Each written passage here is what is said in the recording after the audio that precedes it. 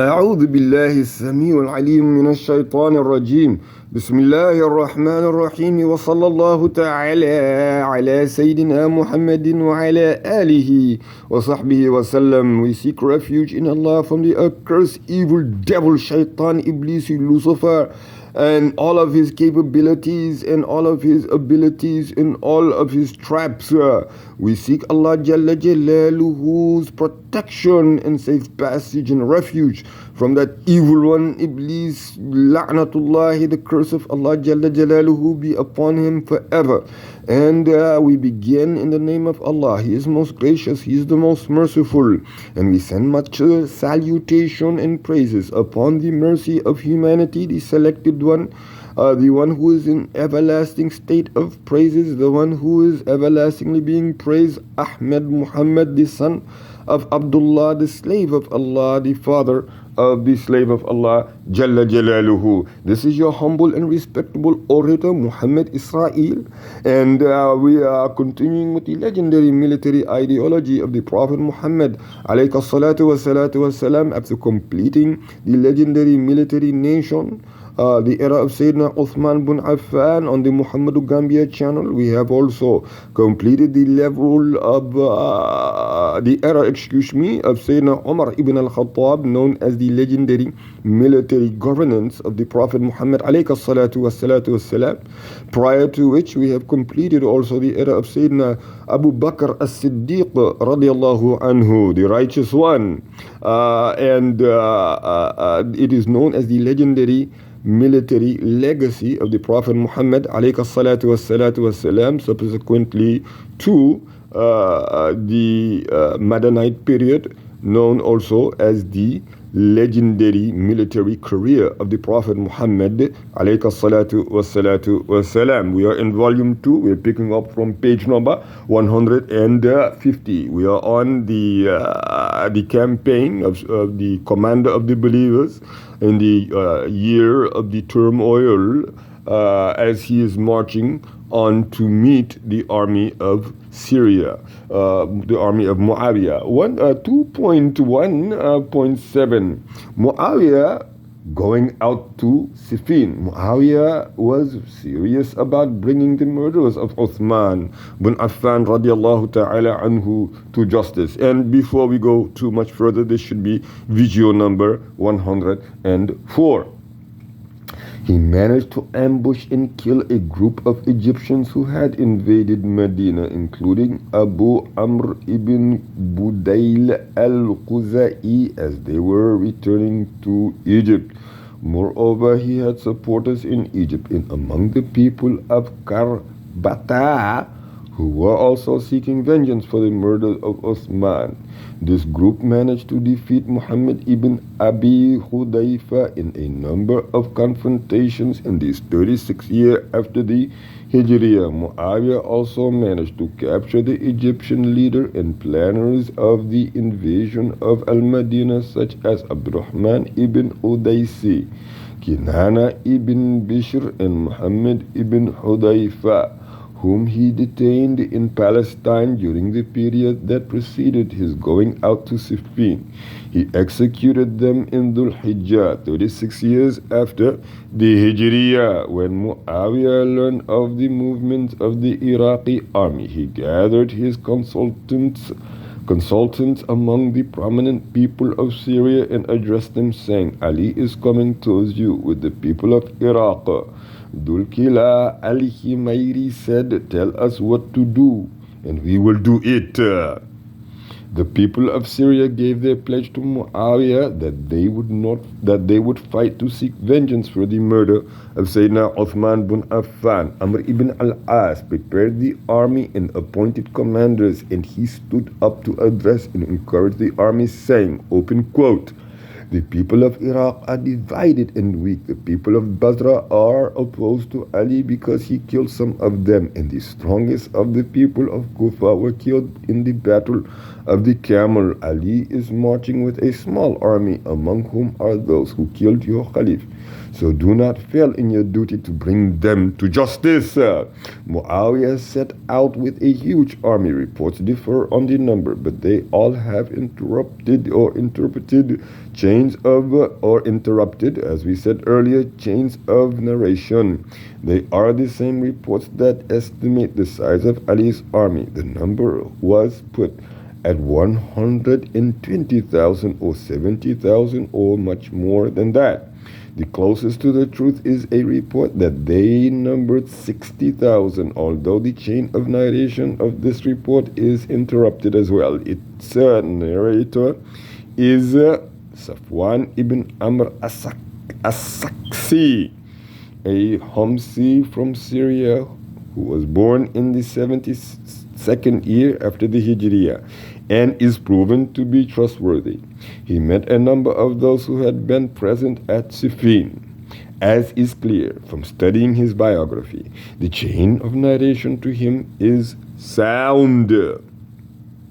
The commanders of Muawiyah's army were as follows: Amr ibn al-As in charge of the entire cavalry of Syria, Ad-Dahhak ibn Qais in charge of the entire infantry, Dhul-Kila al-Himyari in charge of the right flank of the army, Habib ibn Maslama in charge of the left flank, and Abu al-Awar as-Sulami in charge of the vanguard. These were the senior commanders. With each of these commanders there were other officers organized along tribal lines. They marched to Siffeen in this order, but during the battle some of the commanders were changed and other commanders appointed as dictated by circumstances. This may be the reason for the differences concerning the names of the commanders in some sources. Muawiyah sent Abu al-Awar as-Sulami in the vanguard of the army, and their route led northeast from Damascus. When reached Siffeen by the lower part of the Euphrates, he camped in a vast plain beside a branch of the Euphrates. In that place there was no other branch on the river, so he made it his own. The fight for the water. The army of Ali ibn Abi Talib radiallahu anhu reached Siffeen where Muawiyah was already camping. Ali could not find sufficient level ground for the army, so they camped in a place that was somewhat rugged, on land that was mostly covered with jagged rocks. His army was caught by surprise when Muawiyah prevented them from reaching the water, and some of them rushed to complain to Ali about that. He sent Al-Ash'ath ibn Qais out with 2,000 men, and the first battle took place between the two sides. Al-Ash'ath was victorious and gained control of the water. Water is very important. If you did not have it for the army, they would be engaging, very thirsty and short breaths. However, there is a report denying that any fighting took place at all. This report says that Al-Ash'ath ibn Qais went to Muawiyah and said, I urge you by Allah Jalla Jalaluhu, O Muawiyah, to think of the Ummah of Muhammad alayhi salatu wassalam. Suppose you kill the people of Iraq, who will guard the border, and the women and children. Allah Jalla Jalaluhu says, and if two parties or groups among the believers fall to fighting, then make peace between them both. This is Quran, Surah number 49, ayah number 9. Muawiyah said, what do you want? They said, let us reach the water. He said to Abu al-Awar, let our brothers reach the water. So this is a different source or a different narrative. The fight for the water took place on the first day. They met at the beginning of Dhul Hijjah, and this was a bad start for both parties of Muslimin, because fighting continued between them for the entire month. The fighting took the form of encounters between small groups. Ali ibn Abi Talib radiallahu anhu would send out a small group led by a commander, and it would engage in fighting once a day, either in the morning or in the afternoon. On a few occasions they fought twice in a day. On most occasions the commanders of Ali's army who would go out with small groups to fight were Al-Ashtar Hajar ibn Adi, Shabath ibn Rabai, and Khalid ibn al-Muta'amir and Ma'akil ibn Yasir al-Riyahi. In Muawiyah's army, those who went out most often were Habib ibn Maslama, Abdurrahman ibn Khalid ibn al-Walid, Ubaidullah ibn Umar ibn al-Khattab, Abu al-Awar as-Sulami, and Shurahbil ibn as-Samat. They avoided fighting with the entire army for fear of complete destruction and ruin of the Ummah, and in the hope of reaching a peace deal between the two sides whereby loss of lives and bloodshed could be avoided. Cooling off and attempts at reconciliation. No sooner had the month of Muharram begun that the two sides hastened to suspend the fighting and called for a truce, in the hope of reconciliation that would protect Muslim lives. They took advantage of this month to correspond with one another, but the information about the correspondence during this period, the month of Muharram, was narrated through weak but well-known chains of narration. The fact that they are weak does not mean that it did not take place, though. The one who started the correspondence was Amirul Mu'minin Ali ibn Abi Talib radiyallahu ta'ala anhu. He sent Bashir ibn Amr al-Ansari, Sa'id ibn Qais al-Hamdani, and Shabat ibn Rabi at-Tamimi to Muawiyah radiyallahu anhu, calling on him as he had before to join the main body of Muslimin and swear allegiance to Ali ibn Abi Talib radiallahu anhu. Muawiyah radiallahu anhu responded in the same manner as he had previously, demanding that Ali hand over Uthman's killers or bring them to justice before he would give him his oath of allegiance. We have already discussed Ali's attitude concerning this matter. The pious worshippers on both sides, of whom there was a large number, had camped in an area separate from Siffeen. They tried to mediate between the two sides, but their efforts did not succeed because each group insisted on its own opinion. Two of the companions, Abu Adarda and Abu Umama, also tried to reconcile the two parties but were not able to for the same reasons.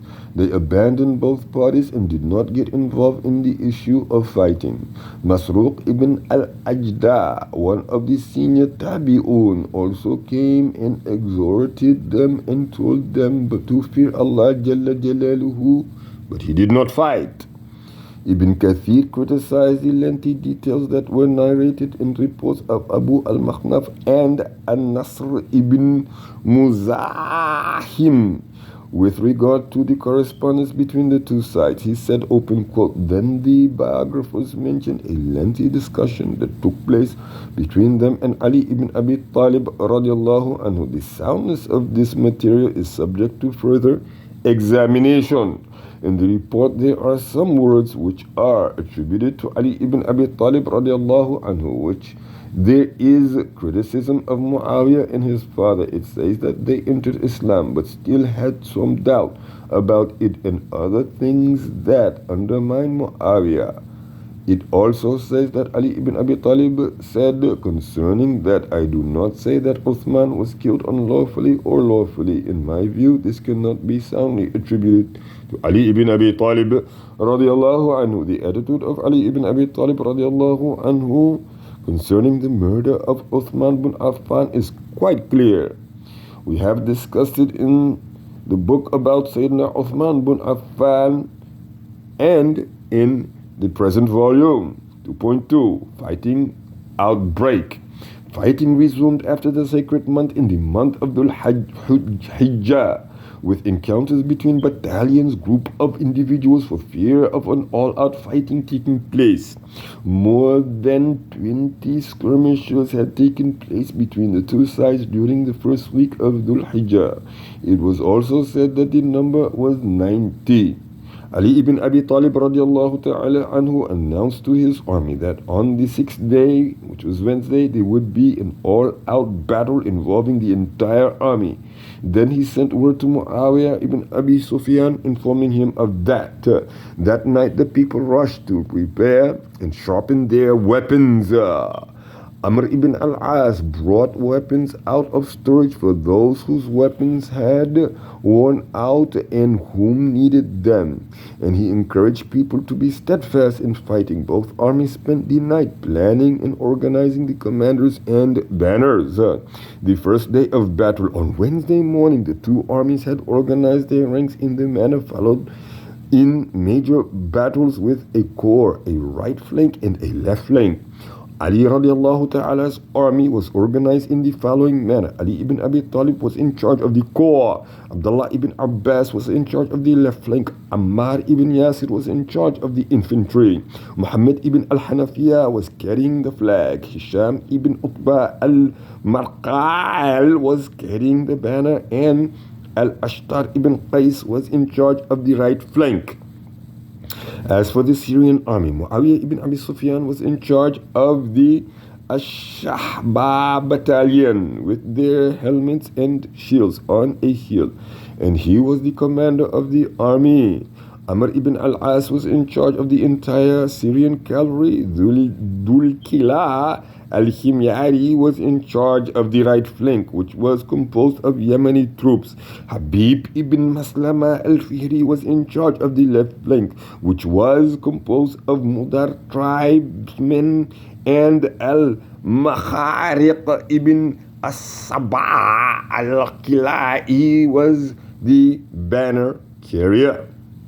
The two Muslim armies faced one another, filling the horizon with their vast numbers. Ka'b ibn Julay at-Taghlibi, one of the Arab poets, said when he saw the people on Tuesday night rushing to mend their arrows and swords in preparation for battle, he says, this ummah is in a very odd situation. Power will belong tomorrow to the one who prevails.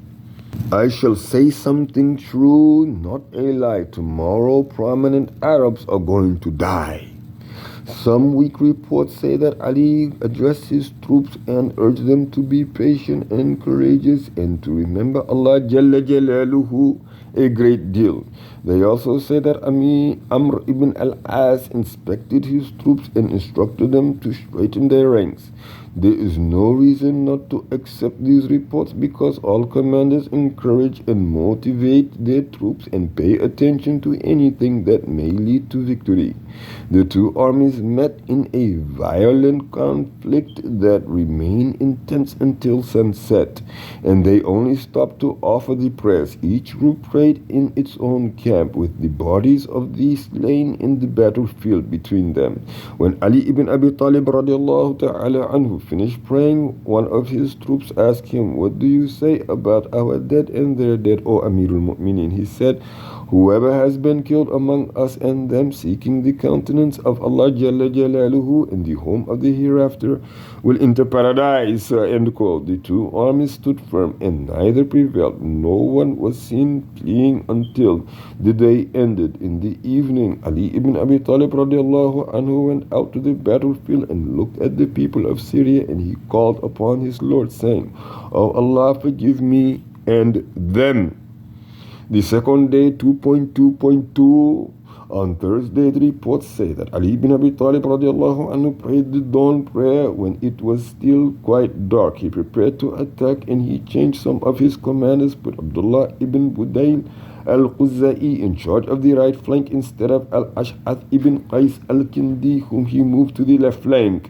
The two parties marched towards one another and engaged in fighting that was even more intense. The two parties marched towards one another and engaged in fighting that was even more intense than the day before.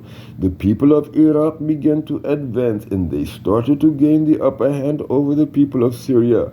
Abdullah ibn al-Budayl managed to penetrate Muawiyah's left flank, which was led by Habib ibn Maslama, and he advanced towards Muawiyah's battalion al-Ash'abi Ash'aba, demonstrating unparalleled courage and zeal. This partial advance was accompanied by a general advance of the Iraqi army until Muawiyah thought of leaving the battlefield, but he stood firm and urged his battalion Ash'aba to do likewise. They managed to kill Abdullah ibn Budayl, who was replaced by Al-Ashtar as commander of the right flank. The people of Syria stood firm, and some of them swore to fight to death. They attacked again with firm resolve, and a number of them were killed, the most prominent of whom was Dhul-Qila Shab and Ubaydullah ibn al-Khattab radiallahu anhu. Then the balance tipped in favor of the people of the army of Syria, and they gained the upper hand while the Iraqi army started to fall back, with many of them being martyred and wounded. When Ali ibn Abi Talib radiallahu anhu saw that his army was falling back, he began calling out to them and encouraging them. He fought fiercely, aiming for the core where the Rabia tribe was. They were incensed by this, and their commander Khalid ibn Al-Mu'tamir swore to fight to death, for they were people who excelled at fighting. Ammar ibn Yasir radiallahu anhu, who was over 94 years old, fought fiercely and encouraged and motivated the people to do likewise. But he was far removed from extremism. He heard a man next to him saying, open quote, "The people of Syria have become disbelievers." Ammar rebuked him, end quote. Ammar rebuked him for saying that and said, open quote, "Rather they have transgressed against us, and we are fighting them because of their transgression. Our God is one, our Prophet is one, and our Qibla is one," end quote. When Ammar ibn Yasir radiallahu anhu saw his companions falling back and his opponent advancing, he started encouraging them and telling them that they were in the right and should not be deceived by the heavy blows of the Syrians. He radiallahu ta'ala anhu said, "Whoever would like the Hurul Ain," this is the Hurul Ain, firm-breasted women with beautiful eyes promised to male believers in paradise. That's who Hurul Ain is. To surround him, let him advance between the ranks, seeking reward with Allah Jalla Jalaluhu, for I can see that the Syrians are fighting us so fiercely that it may create doubt in the minds of some. By the one in whose hand is my soul, if they pushed us back until they made us reach Safat Hajar, we would still believe that we are in the right and they are in the wrong. We would still believe that our righteous people are in the right and they are the wrong. Then he began to advance with a spear in his hand, trembling because of old age. He was urging the banner carrier Hashim ibn Uqba ibn Abi Waqqas to advance and seek the blessing of that of Allah Jalla Jalaluhu, with Allah Jalla Jalaluhu, and encourage his companions too by saying, "Paradise," open quote, "paradise is close at hand, and the Hurul Ain are adorned. Whoever would like to be surrounded by the Hurul Ain, let him advance between the ranks, seeking the reward of Allah Jalla Jalaluhu." This was a moving scene, for he was a great companion who had been present at Badr. He was over 94 years old of age and possessed great zeal, resolve, high morale, and strong faith. He was an important factor in the enthusiasm of the Iraqi army and in raising their morale, which made them tougher and fiercer and willing to sacrifice until they managed to tip the balance in their favor. Hisham ibn Utbah ibn Abi Waqqas advanced, as Ammar was saying, "Advance, O Hisham, for paradise lies in the shade of the swords, and death is at the edges of the spears. The gates of heaven are open and the Hurul Ain are adorned. Today I will meet my loved ones Muhammad and his companions alayhi salatu wassalatu wassalam. When the sun set that Thursday, Ammar ibn Yasir asked for a drink of milk. Then he said, the Messenger Wassalam of Allah Jalla Jalalu said to me, the last drink you will drink in this world will be a drink of milk. And then he advanced and urged the banner carrier Hisham ibn Utbah ibn Abi Waqqas al-Zuhri to advance with him. And neither of them came back. Both were slain. May Allah Jalla Jalaluhu have mercy and be pleased with all of them. Inshallah, we will end this one here on page number 159 on volume 2. Glory and praise belong to Allah Jalla Jalaluhu. And we call upon Him in all of the means and ways in which He calls upon Himself, and gratitude, and are grateful to our Creator and Maker. And there is none who has the power or the ability that He has. And we send salutations upon all of His messengers and prophets. This is your humble and respectable orator Muhammad Israel, signing over and out.